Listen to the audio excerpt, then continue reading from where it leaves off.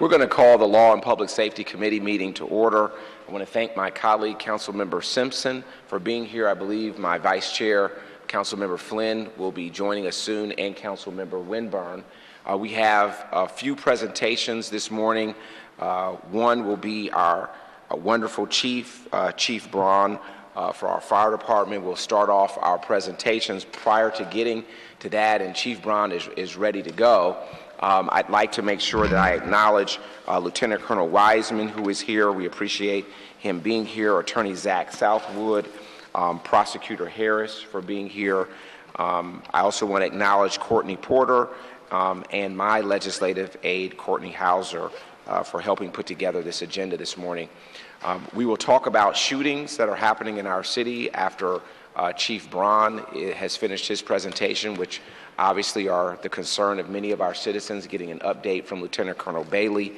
And then we have a variety of items, Councilmember Simpson, that we need to deal with. One of those is opening discussion about panhandling around schools will be one of the items. Chief Braun, welcome to our Law and Public Safety Committee. We thank you so much for your service. We continue to see all of the wonderful outreach for your fallen firefighter, which I've heard that many times, and I know that the fire department continues to mourn Daryl Gordon's loss. Welcome. Thank you. Thank you, Mr. Chairman. We're here today to talk about our projected retirements and classes, but before we get to then, I'd like to bring us up to date from where we've been since 2011 to the present. In 2011, we were still experiencing brownouts. We were browning out 8, heading towards 10 companies a day. That was a fourth of the fire department that we were browning out.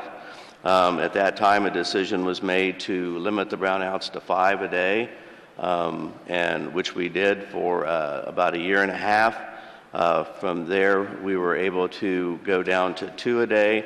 One of the big things that helped us along was getting our SAFER grants. We received 3 SAFER grants in a row, which we were able to hire 130 people and get us back closer to our authorized strength range, because in 2011 we were down in the 700 number of firefighters as opposed to getting close to the 841, which is our authorized strength. We went then from 2 to last November we were able to go to 0. We graduated a class of 50, and at that time our brownouts stopped, which was a tremendous boost in morale for our staff.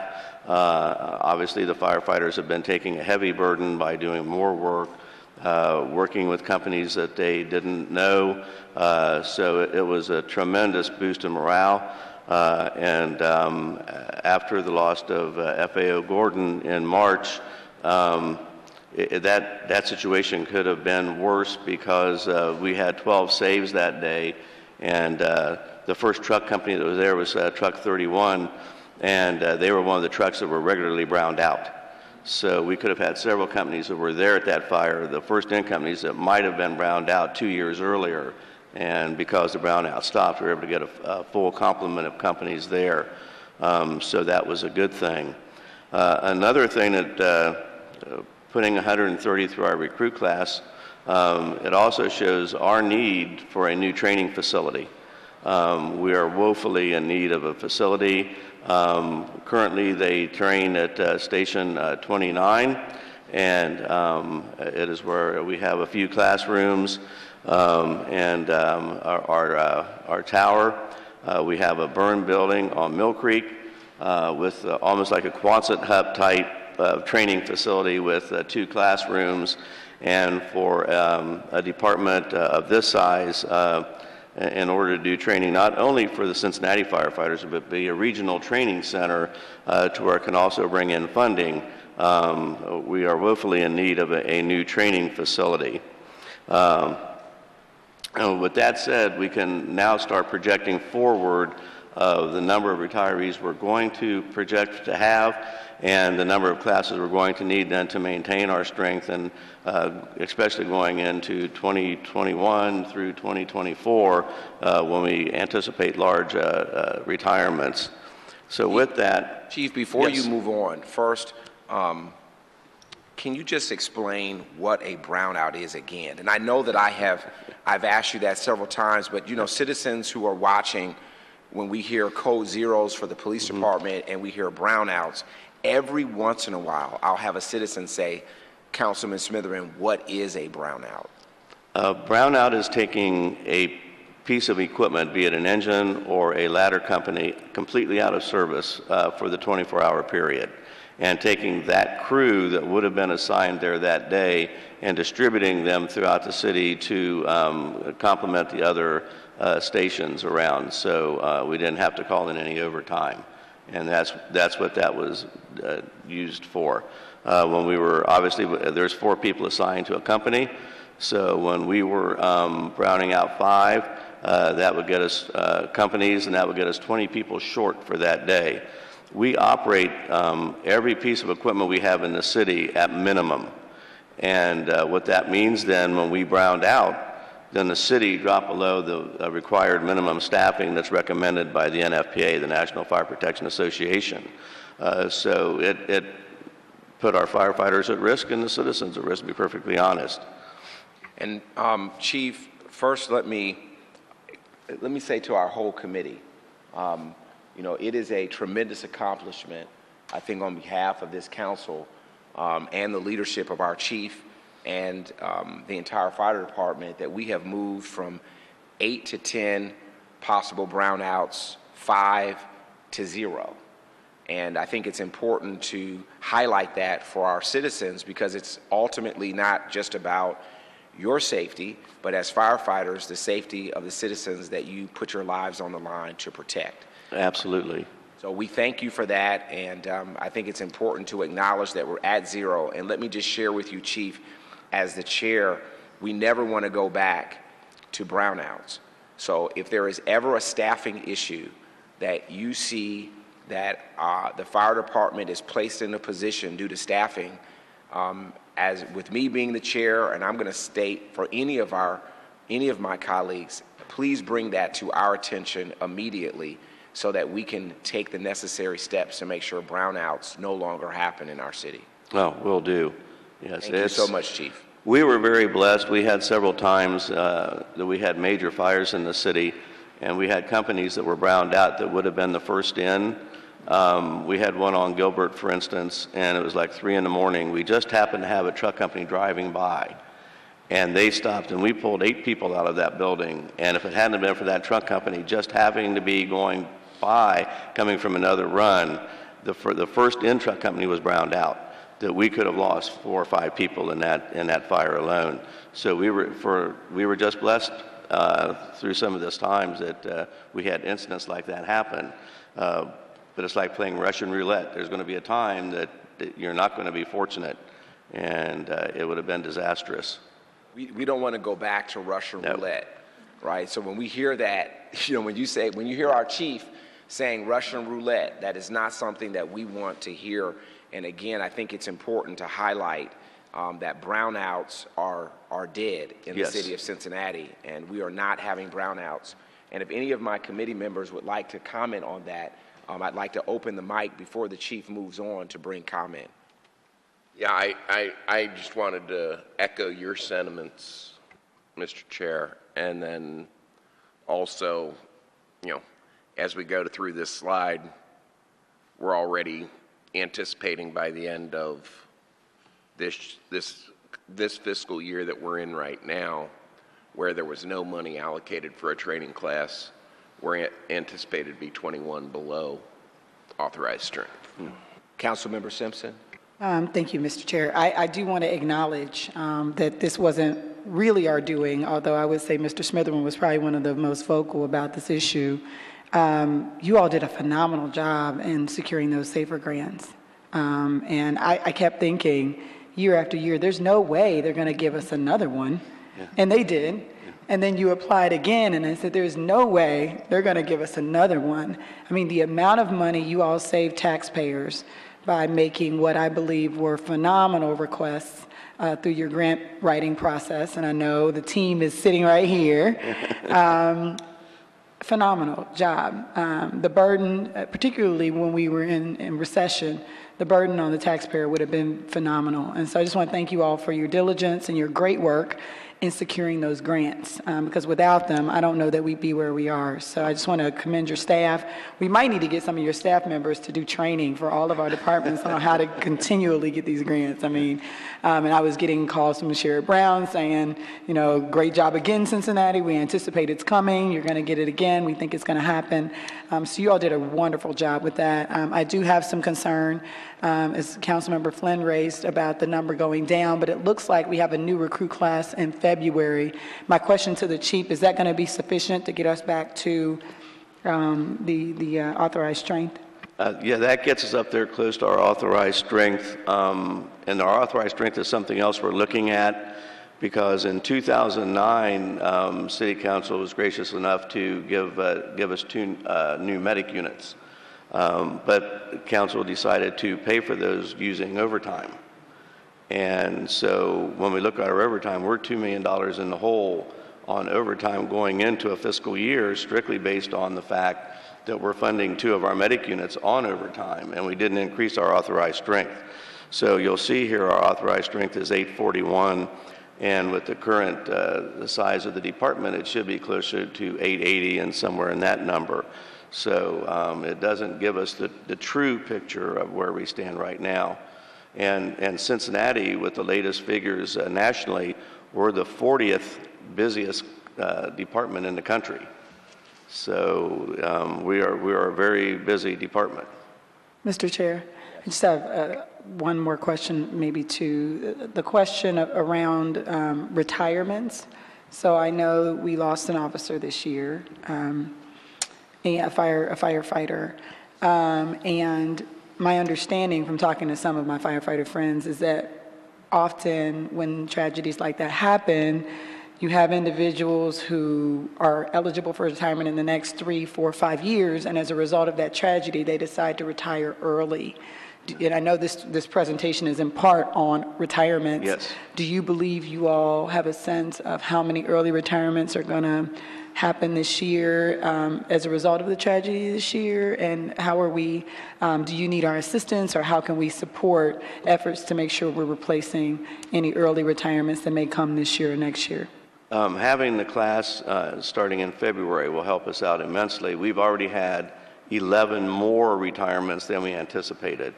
And many of those, probably all 11, can be attributed to Daryl's passing, and we start looking at our own mortality. As I've said time and again, what we do is very dangerous, but we do it very well. But there's only a thin line between being able to return and not return from the fire runs. So it brings that back to the front of our minds, that how dangerous this job is, and not only on fire runs, but also EMS runs. When you're going in and working with patients, and a lot of them have diseases that the first time it is seen in the country coming in, like the bird flu, Asian flu, is when our medics go and see these people. And so they put themselves on the line, even on EMS runs, accident scenes. It's a very trying job. And Mr. Chair, my final question might be for the Budget Department. I just want to make sure that the policy that we now have not to zero out retirements in public safety in the budget extends to our fire department. I know that's the conversation that we had a few years ago. That policy was changed at this committee's insistence, that we don't zero out retirements like we were before, because we would, if we expected 30 people to retire, then we saw that as a savings in the budget. So if we projected a deficit or that we were flush, then we automatically had to replace those people, which made it harder. So my understanding is that policy has changed, again, at the insistence of this committee, and I want to make sure that's true for you all. Yes. Thank you. Yes. Mr. Chair. We can double back to the Budget Office just to confirm, but it sounds like that's the expectation. Yes. And Vice Chair, I'm going to come right to you. I just want to acknowledge to the committee, as different departments write grants, ultimately those grants expire. Yes. and they are expiring. And so the real commitment of this council is to make sure that we properly fund. Our illustrious budget chair, Councilmember Winburn, has joined us just right on time, because now we're talking about the money. So we have to make sure that in the budget, it accounts for those grants expiring, and that we're making sure that those firefighters keep their jobs, and that we don't go back to the days of discussing pink slips for firefighters, because I think, Chief, and I'm not looking for an answer from you, I know that handing young firefighters pink slips is kind of the worst thing that we could do to impact the morale of the Yes. fire department next to brownout. So we don't want to go back to those days, and we have to make sure that the budget reflects those grants expiring to make sure that the money is there. Vice Chair? Thank you, Mr. Chair, and I just really wanted to hone in on things that Councilwoman Simpson's questioning brought out, which is, one, that really we should be looking at an authorized strength of around 880, not 841, and that by the end of this fiscal year, we'll be at 820. So that's one thing, 60 below what our authorized strength should be. And I can remember you saying this last year, Chief, saying when we were eliminating the brownouts, we're operating with the absolute minimum that we can to do this. So as we have retirements, we shouldn't expect a different result if we don't add more firefighters. And then the second thing is that although we're anticipating a class starting in February 16, and it'll take them 6 months to get through the class, so there will be a time where some firefighters will be working some overtime. We need to anticipate that. But also that the cost of that class, the training costs, were not included in the fiscal year 2016 budget. So we're going to do the class. We have to do the class. Correct. But we have to find the money to operate that class. Thank you, Mr. Chair. And Chief, I know you haven't gone into the slide that you have there, and I want to make sure that any comments that Councilmember Winburn, if any, that he'd like to make. But the training facility you touched on, and I know that's not a part of the slide. No. But how important, and we've been talking about this for a long time, and I just want to highlight how important you believe the training facility is for your fire department. To me, it's a number one priority. It is right up there with our staffing and our equipment. But a training facility, we do, as you all know, a tremendous amount of training. It's just not recruit training, but all of our continuing education that we have to have, both as on the medical side, on the firefighting side, and there are many opportunities that are offered to us from the state. But we just don't have the facilities to take advantage of it. And for our firefighters to get trained to the utmost, they have to have the facilities to do that. Currently, we have 3 different areas where we do training around the city, and that's just not the best way to do business. We have EMS training at Centennial. We have some training for fire at Station 29. We have some training for fire on Mill Creek. And it's just not the optimum way to do business for a metropolitan city. It is very integral training that we do, and to get our firefighters the facilities and the classrooms and the equipment that they need to give them the best tools available to do their jobs is a top priority. Vice Chair? Yeah, thank you, Mr. Chair. Just to reiterate what the Chief just said, the training facility at Liberty at Lynn, where Engine 29 is, my brother went through Cincinnati firefighter training in the early 1970s. I want to say around 1974. His training took place at Engine 29 at Liberty and Lynn. So I definitely agree. It's time for an upgrade. And one of the big things in our last class, we had 10 females in the class. they had the jury-rig female facilities for the training facility because when it was built back in the 60s, they didn't put in facilities for females. And so to try now to come in after the fact, I mean, it just makes for a bad situation all the way around. As we, on our agenda, to my colleagues, we have the report back regarding District 5 and the cost.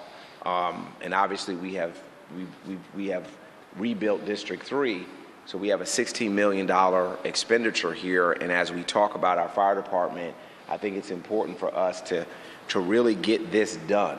And as we open up the budget and we start talking about it, I think it's important that we highlight it. So I know we'll continue to have this conversation, and I hope that it will come to fruition. And before I turn it back over, I just want to thank Chief Frazier of Station 31 for hosting my staff, and they for a couple of times. And it's an ongoing thing about who cooks and who's the best cook. Let me just say that our stay was wonderful, and all the food was good, and we look forward to going to another station soon, Chief. You have the floor now to complete your presentation. Oh. And thank you, sir. Well, thank you. I just wanted to put this together to kind of give you an overview of our educated look at what's coming down the road and what kind of classes we're going to need and to get where we need to be in the future. But by currently, again, our authorized strength is 841. We actually have 831. We've had 9 separations in the current fiscal year. We anticipate 11 more by the end of the fiscal year, which would bring our authorized strength down, or our strength down to 820. We will not be graduating any classes in this fiscal year, but we will be starting a class in this fiscal year in February, and they would then graduate somewhere around September is when they would be getting out onto the streets. In 2017, obviously our authorized strength will remain the same throughout the presentation, but we're beginning at 820. We anticipate 14 separations at that time. That recruit class that would start in February would graduate, giving us 40 new firefighters, bringing our actual strength to 846.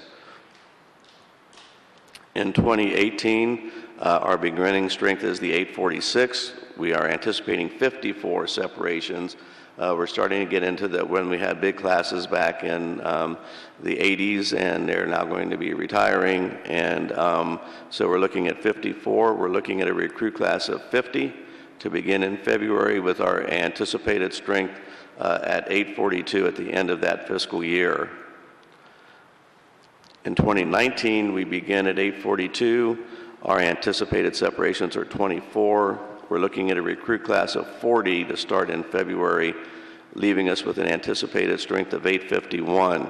As you can see, we're starting to get our authorized strength closer to where we need to be over the 841, and which then reduces that $2 million in overtime that we go into the beginning of every year and gets us closer. Also, what this does, you'll see later on in the slides, we're looking at larger retirements between 2021 and 2024. And this is getting us in the position because it's important not only that we get to our authorized strength, but we maintain our authorized strength. That's something that we don't talk about very often, but we need to maintain the strength we have in order to keep everything at the proper operating procedure strength. In 2020, we start at the 851. We look at 19 separations.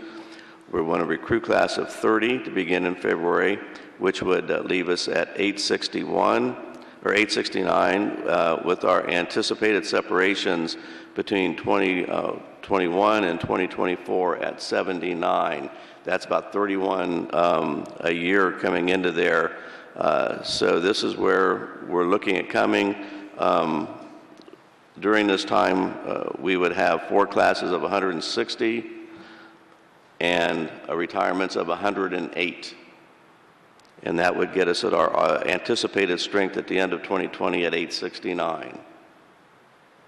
Chief, first let me say that I appreciate the planning and kind of the global view of staffing levels. I want to tease you and say that we hope that you're here for the entire time period of this presentation. of the timeline that you've outlined. And I want to publicly say that I think that you are doing an outstanding job.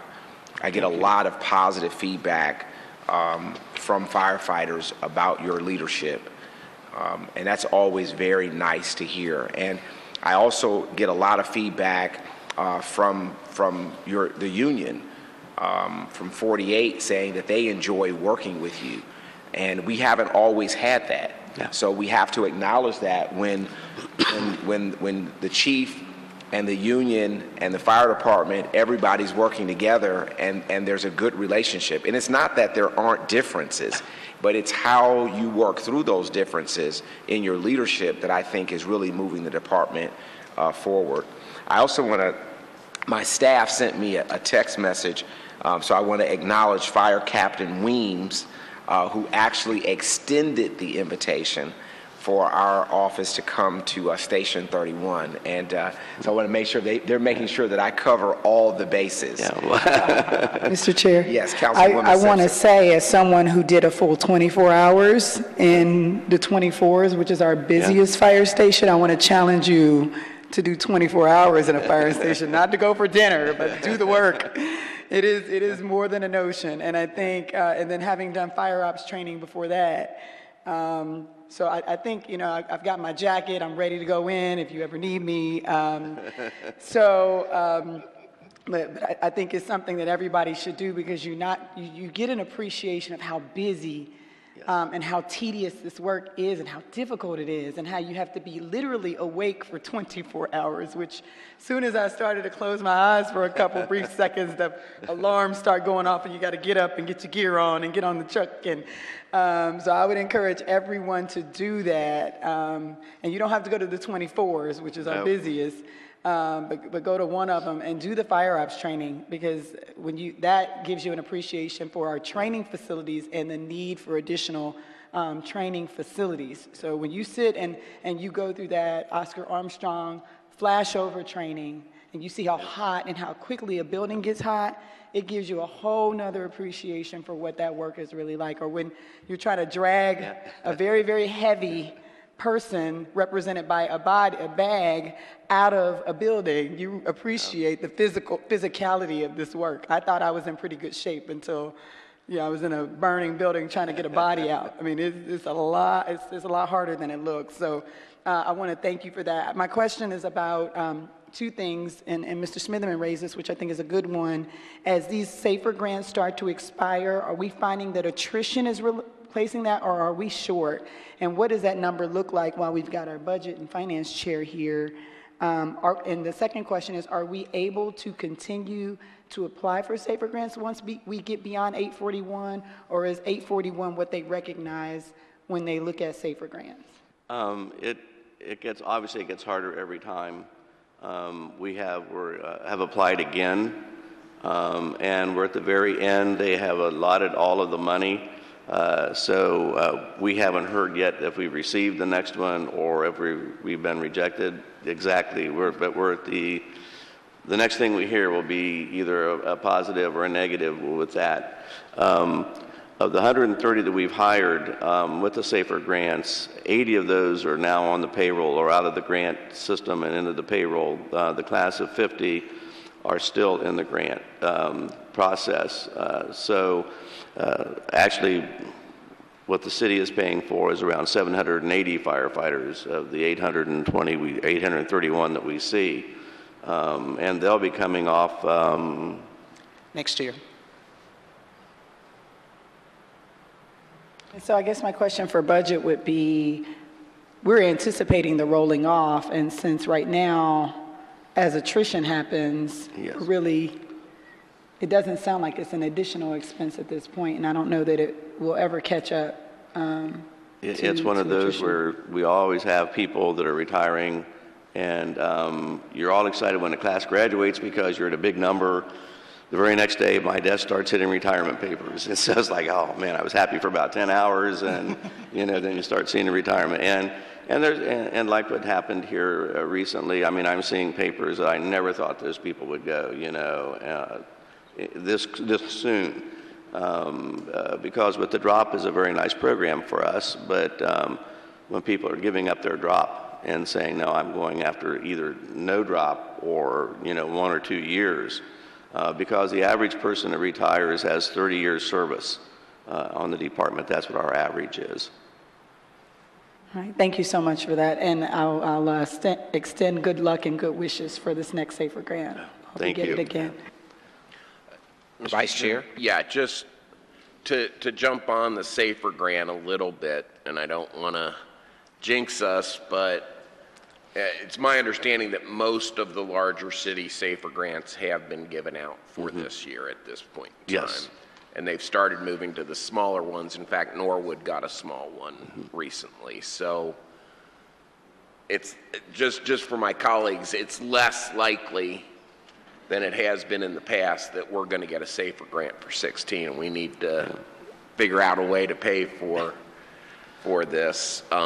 You were mentioning fire ops, and I was looking at the chief because at the most recent fire ops, the chief's wife, Mrs. Chief, was in the flashover building and going through it, and it was a little scary there for a minute because it got hot in there. It was very hot, and she was next to, in fact, it was 1,300 degrees at the ceiling, and I believe it was close to 6, and they give us the readings outside.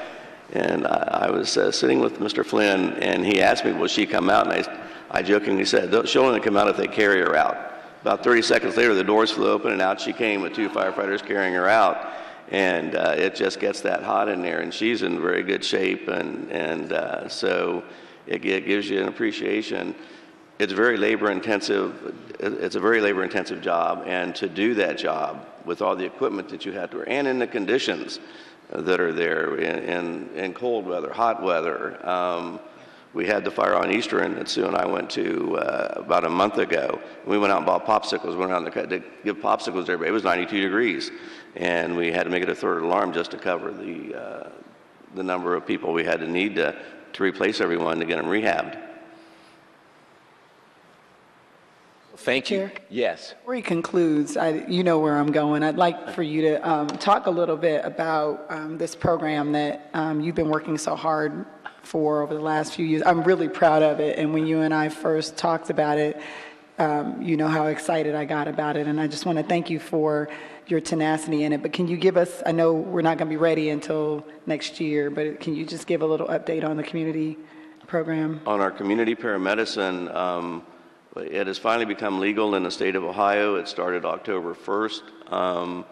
At that time, we basically had hospitals come to us, and we are currently talking with 2 of our hospitals in the Cincinnati area, and starting our community paramedicine, looking at several other agencies within the city, the VA, the Council on Aging, so we can have our medics do other jobs to cut down on, as we had talked about, what we call frequent flyers.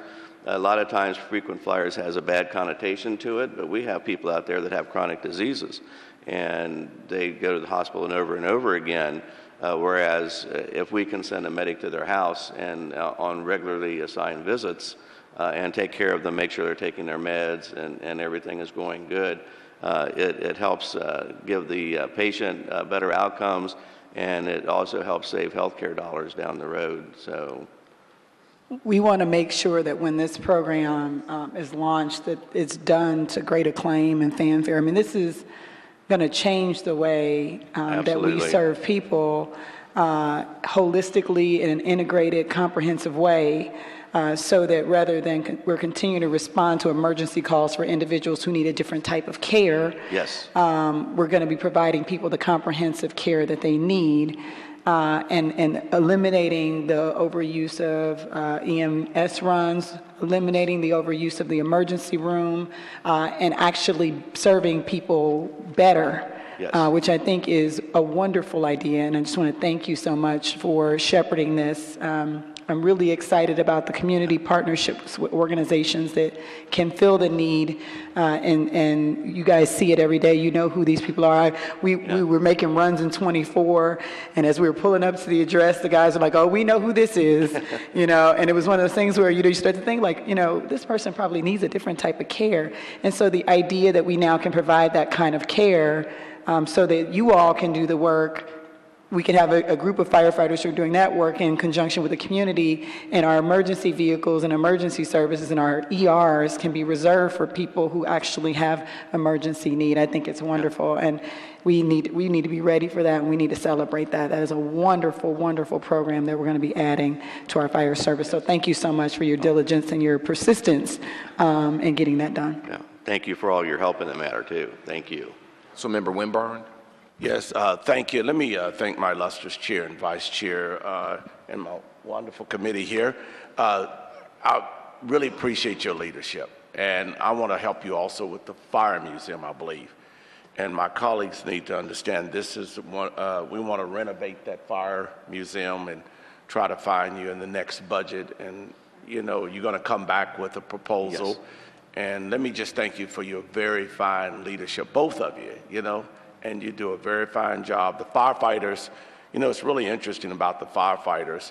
I think if you go online and look at the top 100 people that most Americans trust, number one at that list is firefighters. Politicians like me and Mr. Smitherman and Kevin Flynn and Councilman Kevin Flynn and Yvette Simpson, we're at the bottom of the list. And especially when you're a lawyer, you're further at the bottom. And if you're a preacher, you're way down at the bottom. But the firefighters, though, are highly respected and just wonderful people. And this council and the mayor, and I joined the administration and saluting you all today and just thanking you for a wonderful job in keeping our city safe. Thank you. Thank you. You finally answered my question of why politicians put firefighters and police officers in their commercials. That's called a booster. That's a booster. All right. Chief, before you go, and before Lieutenant Colonel Bailey comes up, I want to just deal with a couple of items, and you'll understand kind of where I'm going, and it'll be a little out of order. But item number 6 is the presentation that the chief just provided, and I'd like to, if there's no objections, to approve and file item number 6. Then I want to go to item number 1, and Councilmember Winburn has asked me to hold item number 1. We will come back to item number 2. He would like to speak on item number 2. We'll come back to that. Before you leave, Chief, item number 3, and we're not going to take a vote until after Lieutenant Colonel Bailey provides his presentation, but there is a motion before us. Council members Murray, Smitherman, Young, Winburn, Flynn, Silbach, Sittenfeld, and Vice Mayor Mann, and I would say most likely Council Member Simpson. She did sign this, so this is probably, I don't know why her name, but let's work on, prior to this coming before council, that we get that corrected, that Council Member Simpson's name is included on the record. But I'd like to give you an opportunity to speak on having the Recreation Commission rename the East Hyde Park Commons to honor the fallen police officer Sonny Kim and firefighter Daryl Gordon and Oscar Armstrong III. So I would like you just to have an opportunity prior to voting on that item, and we won't do it right at this point, but before you leave, to have an opportunity to speak to it. I think it's a tremendous thing. It's what I like about it being at the Recreation Center is it gives our youth a chance to find out what these young gentlemen did and how they dedicated their lives to the community and gave their lives, the ultimate sacrifice to their community. Oscar Armstrong, I believe, was in his 20s, and to go out and do this. And it's an example. I mean, it's something you can always point to. You know why this park is named after these people. Do you know what they did? Do you know they played in these parks and they lived in these neighborhoods? It's a tremendous reminder to pay forward to the people coming and the youth coming before this. And it's a tremendous honor for their families, obviously, but it pays dividends to their lives going forward, and I think it's a great thing. Chief, I appreciate your presentation today and your presence here. I'm pretty confident we will have a 9-0 vote on that item, and I publicly want to just again recognize that Councilmember Simpson has acknowledged that she signed this motion, and we want to make sure that we get that corrected for the record. And I say that because if I were in the same position, I would want my name to be reflected prior to it hitting council floor on Wednesday, for everybody to be able to look at it and see that. Thank you so much. I appreciate so much your presentation. Thank you. Thank you. If Lieutenant Colonel Bailey would come forward, and as he's coming forward, I'd like to give my colleague, Councilmember Winburn, the opportunity to speak on item number 2. Thank you, Mr. President and members of council. Item 2 is basically our Take It to the Streets initiative, and I want to thank 5 members of council who originally supported that. What has happened is that we're going to file item 2 because today, I believe in the package, in the reconciliation package for the budget, we have Take It to the Streets initiative as a part of that budget. What this is all about, we all know that fighting crime and public safety is number one. One of the things that we were able to find, and if you listen to the news in the last 3 or 4 weeks, you'll see all these young people, 17 and under, that are involved in crime, involved in shooting or becoming victims. And one of the initiatives that we worked on over the summer was Take It to the Street, not to get rid of SERVE. Matter of fact, I believe the way the funding is going to occur here is that we are not terminating the SERVE initiative that Dr. Engel and the University of Cincinnati was involved with, Greg Baker.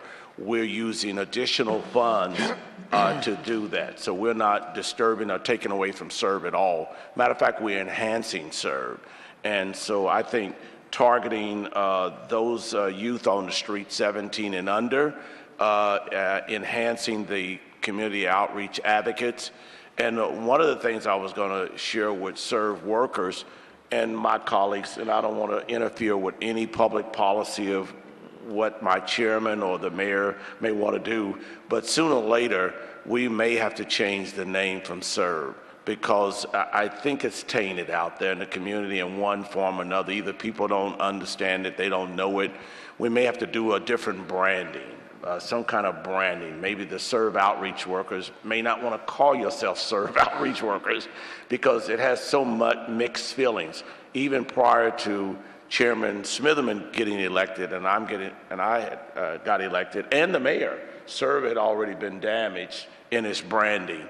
And so I want to thank the mayor and Mr. Smitherman especially for trying to take SERVE and fix it up with certain niceties or complexities. It's like Humpty Dumpty sat on the wall. Humpty Dumpty had a great fall.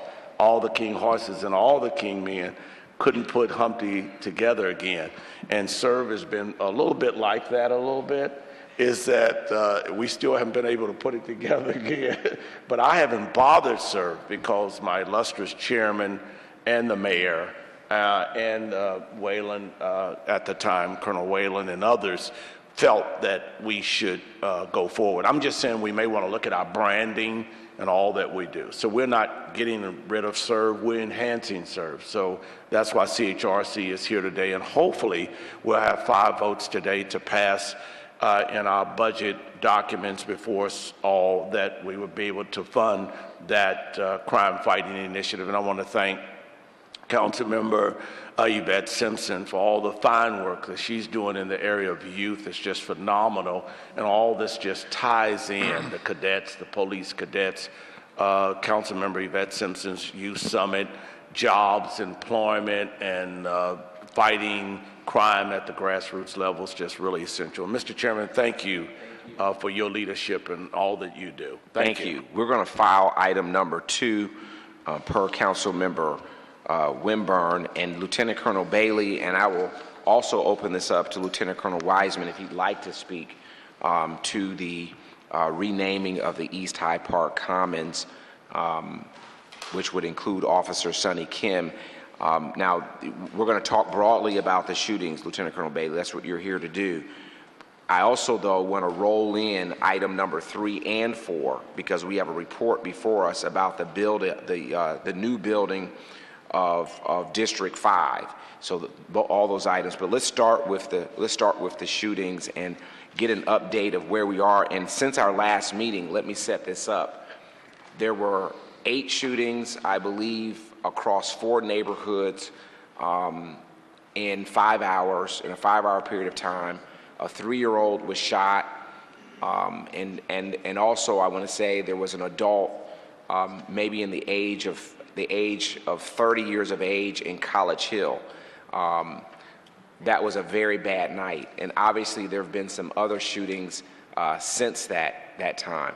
But I want to just get an opportunity for the police department to give us an update on kind of globally what you see happening out there, and I know citizens are very interested, Lieutenant Colonel Bailey, in hearing that. And then I asked specifically to hear about where we are on the Kelsey Crow case. Obviously, that was a Sweet 16 birthday. Kelsey Crow was murdered in Walnut Hills right in front of Melrose Y with hundreds of people in the street on what I'm going to call a very violent drive-by. There's an $11,000 reward out for anyone who would step up and provide information to Crime Stoppers at 352-3040. Lieutenant Colonel Bailey, thank you so much for being here, and we look forward to your presentation. And I'd like to thank the committee for having us come here this morning. I will tell you what you already know, the shooting picture for the year to date is not where we want it to be. As of this morning, we're sitting about 20% higher than we were last year at this time. 377 shooting victims this morning. This time last year, we were sitting at 295. That's a 27.8% increase over last year. However, that being said, the homicide total for what that means is consistent with last year, sitting at 56 victims. So if you want to look at numbers, and that's where we sit, I suspect that the homicide total stays consistent. We got great medical facilities just a few miles away, which I think really does save a lot of victims. So that being said, yes, the last time you met was 2 weeks ago on a Monday. I believe that was the night where we had a slew of victims that were shot. There was a incident on Hewitt Avenue over in Evanston where 5 folks were shot in what was described as some sort of a drive-by situation. One of those was a 3-year-old child. Fortunately, that was treated and released, and that was not a fatal event. That was the incident that occurred about 9 o'clock that evening. A few hours later, yes, there was a young man that was shot up in College Hill. That was a fatal event. A few days later, there was a double homicide situation right across the street from the Hewitt location in Evanston. The address was on Fairfield, but I believe it's right at the corner of Fairfield and Hewitt. That was a double homicide situation. So the story of the past 2 weeks has been, we've been impacted greatly by multiple victim incidents. 5 on Hewitt, 2 on Fairfield. There was a double shooting down in the West End on Lynn Street where there was 2 victims. There was a double situation up in College Hill. It might have been Cedar that occurred just a few days ago. So there have been multiples which have impacted our count. If you look at what we've gone through the last 2 weeks, which I assume that's what we wanted a briefing on today, where we stand since the last time we met, there was 4 fatal events, 1 on Cedar and College Hill, the double on Fairfield. There was a single at LaField Circle in District 3, and a single on Kentucky Avenue, and that would be North Side. I'll tell you that 2 out of them 4 have been closed by arrest. The other 2 are pending, but we're hopeful on those 2. So as far as the homicides go, like I said, 2 closed, 2 pending, and I think we're going to get somewhere on the other 2. So that leaves us with what happened in the other districts. In this 2-week period, District 1 had 2 events with 3 victims, 1 double. District 2 had 4 events with 9 victims. District 3 had 7 events, 7 victims. District 4, 4 events with 4 victims. District 5, 5 events with 7 victims. So the story has been multiple incidents these past 2 weeks, ranging anywhere from ongoing disputes being the motive, narcotic situations, and then as one captain described some of these events this morning, I was sitting on my front porch when I looked down and realized I'd been shot 5 times. So we can only go as far as what the victims are going to offer in cooperation when we get there. We've had a lot of non-cooperative victims, and a lot of times I know it's hard for folks listening to understand, but when you get to the scene that we're confronted with, I was standing here and I looked down and I was shot. So a lot of times that's what we're dealing with, and that's what we've seen the past couple of weeks. Colonel Bailey, do you know the condition of the 3-year-old who was shot in Evanston? Yes, the 3-year-old fortunately was treated and released. So the good news is for the 3-year-old did not lose his life. It was a little boy. Right. There was one in the 5 victims in that one. As I understand it, there was one debilitating injury, a spinal injury. And what do you, when this I'm going to call it the no snitch mentality. First of all, is that real? And if it is real, how does that impact our police department's ability to do your job? You know, it's not fair to say that across the board, because when you look at the events in Evanston, and let's go back, District 2 certainly had some high-profile events last couple weeks. But to give Captain Butler and his crew credit, and we all realize, we need to step those up. Within a week, we had closed those by arrest. And that wasn't by luck. That was pulling the right people together, people in the federal side of the equation, people locally, our partners with the outreach program, the county, all came together. And more importantly, in both of those events, I'll offer you this. The community was very instrumental in helping us out and solving those in a record time that we did. So there are some times when the communities do come forward and they're great help, and we appreciate it, and that's just a tribute to what kind of relationship we have with our communities. Some of these cases, there probably is a no snitch mentality, which hinders our ability to solve many of these, but you got to remember, as I stated earlier, the no snitch mentality oftentimes is coming from our victims at the front end.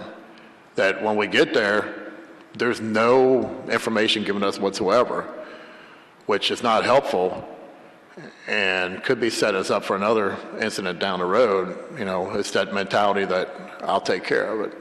So that's what alarms us more than anything. Lieutenant Colonel Bailey, can you speak to the Crow case, where we are with that? We are receiving phone calls. I want to, and I think I should have started here, and I know that you would agree with this statement, Lieutenant Colonel Bailey. We understand that these are real people behind these statistics, that there is real devastation for families who are hearing this about their loved ones, that this, as the chair and our committee, we extend our deepest condolences for our families who are experiencing these crisis situations. Having said that, the Kelsey Crow case has not been solved, and it's one that the chairman remains very interested in knowing about and hearing about. What is your assessment of where we are in getting any closer to finding out who showed up to a Sweet 16 party and sprayed bullets into a crowd of teenagers, killing one of those teenagers? The Crow case is challenging for us. It's very challenging for us, and I have to be a little bit careful here. And I will tell you that the investigators have worked on this nonstop. They're working on it right now. They have a lot of information. They've had some information that's come from the public, and I believe they got a handle on what occurred. What I would ask, and one more appeal, that there were a bunch of folks at that party, and there are a bunch of folks that knew what happened, and the police department needs to urge anybody watching here that it's imperative that they call so we can close this case out. And I make that appeal to anyone here. There's reward money, but more than that, this is something that needs to be cleared out for us and the family. So while I believe we get a little bit closer every day, there's a big difference between getting close and being able to go to court and making sure that case is going to hold. As you remember, I come here all the time and say, when I talk to homicide investigators, that conversation goes like this: yeah, we know who did this. We know who did this. But the world we operate in, we need to make sure when we get to court, we can make those things go through. So we're always looking for information. I will tell you that in a lot of these events this year, I believe that people have stepped up. Thanks to this body, thanks to the marketing we put out there, basically to call Crime Stoppers, people have. I'm using Evanston as an example. The past couple of weeks, the folks out there stepped up because a very involved community, very active. They don't want to tolerate this, and I think other communities will follow that as we go forward here. I will close out and open it up to my colleagues. Anyone knowing anything about any of these cases, please call 352-3040 and provide the information anonymously to Crime Stoppers.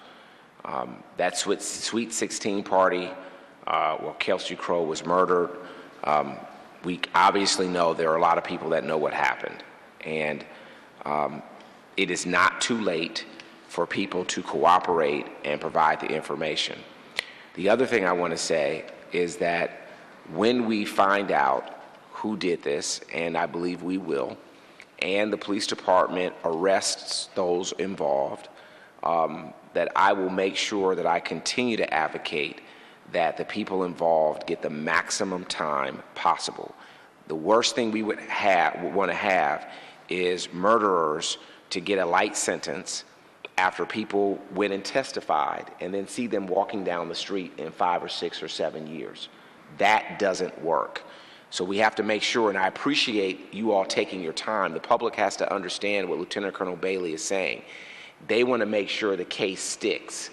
So they don't want to go out there and jump any gun on the case. They want to do the investigation so that when it gets to court, it sticks. And then we have to make sure that we send a clear message to the which I believe they will, the prosecutors, the judges, everybody involved, that they don't see that person, once it sticks, walking down the street 13 years from now. We want them, in my opinion, this is Councilman Smitherman talking as the chairman, I want that person who was involved in this to get life. That we never see them again on the street, that they would walk up to a party where young teenagers are coming out from a Sweet 16 party and spray a crowd of people with bullets. Those aren't people, in my opinion, that we want ever back on the street. Absolutely, and the people watching this need to understand that there's a lot of folks in this equation. It's not Colonel Bailey saying, let's go forward with it. It's people that know more about the law than I do, and Mr. Dieters and all those folks are on board, and they tell us when we need to pull the trigger on these things. So we're talking. I'm confident. I'm confident these will be resolved. And, you know, I still see the mothers of some of the past victims all the time. They still call me. And we want to make sure we don't disconnect from them folks. We stay in contact with them, even if it's just a phone call every once in a while. Hey, how's it going? Have you heard anything yet? Believe it or not, sometimes we solve cases that way. So we want to make sure we keep in contact with the families as we move forward. Mr. Chair. Vice Chair. Thank you. I took advantage of the opportunity that you've extended to the members of this committee and went to the most recent SERV meeting and did find it very helpful. And one of the things that Assistant Chief Bailey was just mentioning, as you mentioned, Chair, is we only get one shot at getting this right and getting the conviction. So we want to make sure we've got all of the evidence available, and not just one witness, but multiple witnesses, so that if a witness maybe not be a good testifier, maybe not be good in court, that we've got something else to back it up. And that brings to the second point, and that is that besides the no snitch mentality, there's genuine fear among the witnesses out there that there's fear of retaliation. And we've heard it here in committee multiple times, where it's not a no snitch mentality, but a genuine fear that we're going to be retaliated against. And we've heard the stories where people are appearing in the courtroom and taking pictures of the persons before they go in to testify and pointing their finger as if it's a gun. And the new program that's being developed by one of the CPD officers, I think will go far towards helping with that. We don't have the resources of the federal government and can't do a complete witness relocation problem, but we can do a witness support program. We can bring people that are there to let those witnesses know we've got your back. And so I'm very supportive of that. And then finally, working more closely with the federal government and ATF. I just saw in the paper at the end of last week that we had a win. And Lieutenant Colonel Bailey, if you could just tell us a little bit about that. Where do I start? Yes. We realized, and it's about the time since I became assistant chief, that our witness services are going to be increasingly important. Excuse me. We started out with putting an advocate over CIS to make sure that we maintain constant contact with the families, as I spoke about before. That's really important. You see a lot of them come here to Law and Public Safety and talk. Make sure we maintain a regular contact schedule with them. 2 reasons. We're still here. We're still working for you. And is there anything else you may have heard that could help us? That's one part of it. What we read in the paper last week is Jennifer Mitch in our homicide unit is working on a witness support program. It's been on the drawing board for a while, but the notion is that we have a lot of problems getting our witnesses to appear in the court setting because of that retaliation. So the notion is that we provide them a team to go with them, provide them some support, provide them some cover, and make sure they get what they need to get through the court case and make sure that we have a successful conclusion. And I think, that commitment's right at the top. So if I have to go down with the witnesses, I'll go myself. I think this is very important.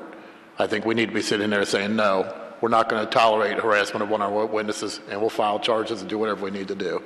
I think that's really important.